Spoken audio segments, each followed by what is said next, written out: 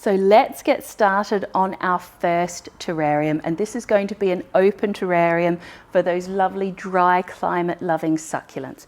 So first of all, a good thick 1-inch layer of our drainage substrate.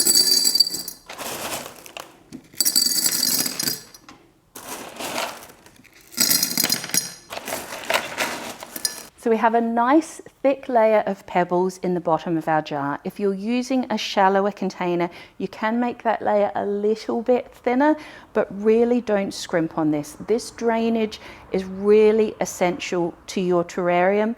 It will let you see when you're watering if there's enough water that it's leaking down and filling up the bottom, that you've maybe overwatered it a little bit, and it will help to keep those plant roots and that compost separated from that water so you don't have problems with rot or anything else. So really don't skimp on the bottom layer.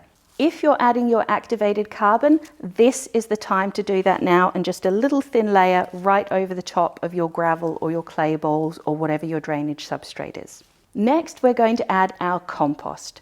Now, cacti and succulents don't like really moisture retentive, rich compost. You can buy specific cacti and succulent compost.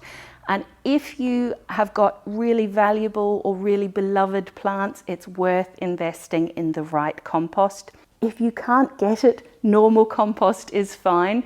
But a good tip, if you are using normal compost, is to add a little bit of horticultural grit. That's really fine grit, just to aid the drainage. But if you can get it, I want you to use, please, the right compost for the right plant. So cacti and succulent compost, and that's what we're using today. So I've got my compost, and we're going to try to add that into the jar without getting too much on the sides. So we'll see how we go.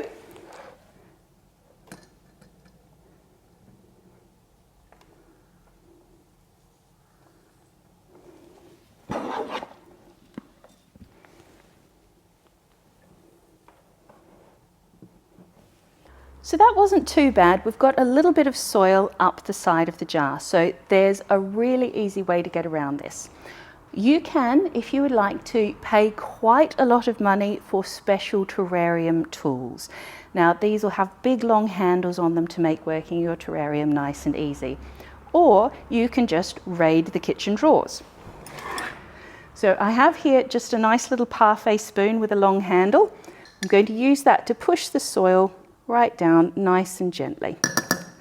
Now we've still got the plants to go in, so I'm not going to worry that there's a little bit of soil at the sides still now. We can fix that at the end. Now, to create your terrarium, you can absolutely go out and buy gorgeous plants. There are stunning cacti and succulents out there, but I happen to already have quite a few in my garden. And these plants have a real superpower. They can heal themselves like crazy.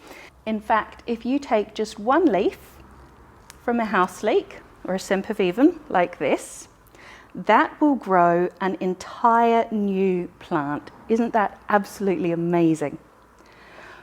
But to make life even easier for us, they produce little baby plantlets. Now, these don't have roots, but don't worry about that. They will send out roots so fast you won't believe it.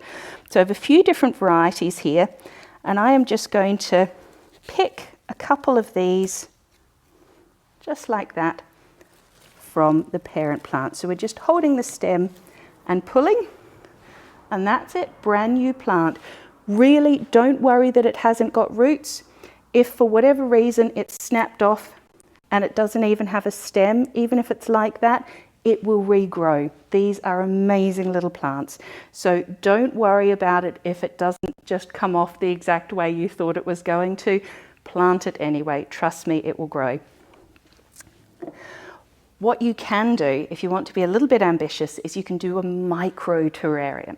So you could get a tiny little jar like this, and one of these tiny little baby ones, put your, in this case it would need to be a very small drainage layer, small compost layer, put your tiny little plant in there, and in a couple of months or a couple of years, it's going to grow into a full-size adult plant inside that tiny little pot.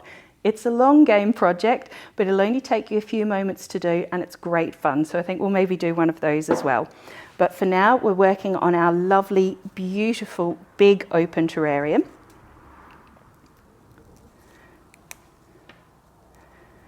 So I've got one of my parent plants here, and I've got my little spoon. So I'm just going to dig a tiny little hole there, and I can actually fit my hand inside the jar. So we're going to do that. So we've got two different varieties of Sempervivum here. The common name for these is house leeks. Don't ask me why, they don't smell or taste anything like onions. It's probably because they used to grow between the cracks of the house tiles, something like that. But you can see those are beautiful colour combinations, lovely greens and reds. And we've got a lovely sedum growing here as well that I'm going to harvest. Just like those gorgeous Sempervivums, this will grow from detached leaves and it will send out roots really easily. So this is just a fantastic way to get plants completely for free, and who doesn't love that? Now this does have a trailing habit, but I'm going to encourage it to trail up the side of that glass and give me a little bit of height. And just for a nice bit of colour diversity, I've got a beautiful little grey stone crop as well. So again, a lovely little succulent, and we're going to pop that in here. So you can see it's getting a little bit crowded in there for me to try and get my fingers down. So we're going to just really simply get a second one of those spoons. I'm going to use them like a big pair of tweezers. So I'm going to gently hold my plant, lower it down neatly into place, and just tuck it in there nicely. So these are living plants. They are going to grow and expand and take up more room inside that container. So I don't really want to add any more in there. It's just going to get overcrowded. You will need to replant your terrarium every 3 or 4 years. You'll need to take out the plants and refresh the compost, or if you can't take the plants out, at the very least refresh the compost around them. So once these have been sitting in there for 3 or 4 years, they probably will have outgrown it. So I'll be able to lift them out, divide them, and make even more beautiful terrariums. So to finish this off, I'm going to use just some nice little decorative stones.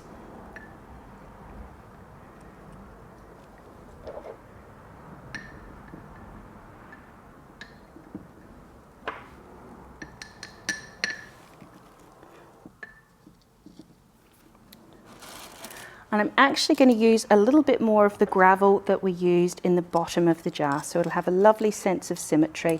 And I'm just going to use my little spoon to place that right where I want it. These are wonderfully forgiving plants. So even though this is open, and you will get a little tiny bit of evaporation, if you don't just get around to watering these, or if you go on holiday, they'll recover. They'll be absolutely fine. So these are great for busy people whose lives sometimes get in the way.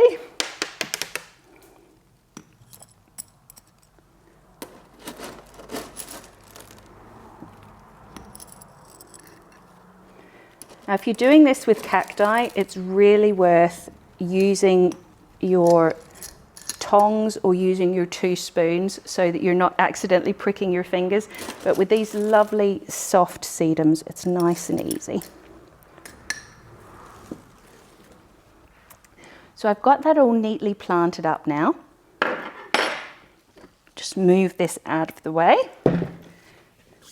Now that this is all nicely planted up, I can see that there is a little bit of soil around the edges of the jar. Very easy to fix this.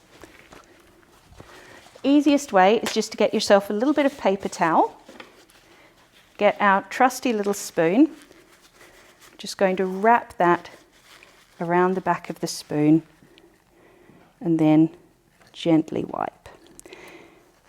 You do everything you can to try to stop it from getting up the sides, but sometimes it does. And just for the sake of making it look beautiful, it's worth taking that little extra minute just to wipe away any traces of soil. So that beautiful little open terrarium doesn't need anything at the moment. We can give it a tiny drop of water, and I mean a tiny drop. So there's a few ways that you can do this. You can just very carefully and gently pour a little bit of water into your terrarium. If you have a really huge terrarium and you're watering it for the first time, you can use a little funnel and a piece of plastic tubing. But especially if you've got kids, the most fun thing is to get a straw or a bit of plastic tubing, dip it into your water, put your finger firmly over the top. You see that is going to hold on to the water up to the level that it was, and then very gently, a little bit at a time, just lifting your finger ever so slightly off. So you're just barely lifting your finger off and putting it back on, and that will let you control just 1 or 2 little drops of water at a time to get them exactly where you want them. It just makes it a bit more fun for the kids too. They'll be fighting over who gets to water the terrarium. No, I shouldn't say that. Of course, they'll never fight. Children never fight. So that's all it needs. Because you can see the sides of the jar, you can see when the soil has become really dried out. Because you can see the stones at the bottom, you'll see if you've overwatered it because the water is pooling in the bottom. These are not moisture-loving plants, but that does not mean that they never want to be watered. It just means water them very sparingly and water them very infrequently. The fact that these can survive without water and survive in hot environments does not mean they want to be kept right on top of the radiator or the heater or right on a really sunny windowsill. The ideal spot for this is in indirect sunlight. Because this is in a jar, if you sit it on a sunny windowsill, that sunshine is going to be concentrated once coming through the window and then concentrated again coming through the sides of the glass, and you can absolutely cook your plants. This does best away from direct heat, away from direct light, and thrives on a little bit of neglect. So the perfect office companion.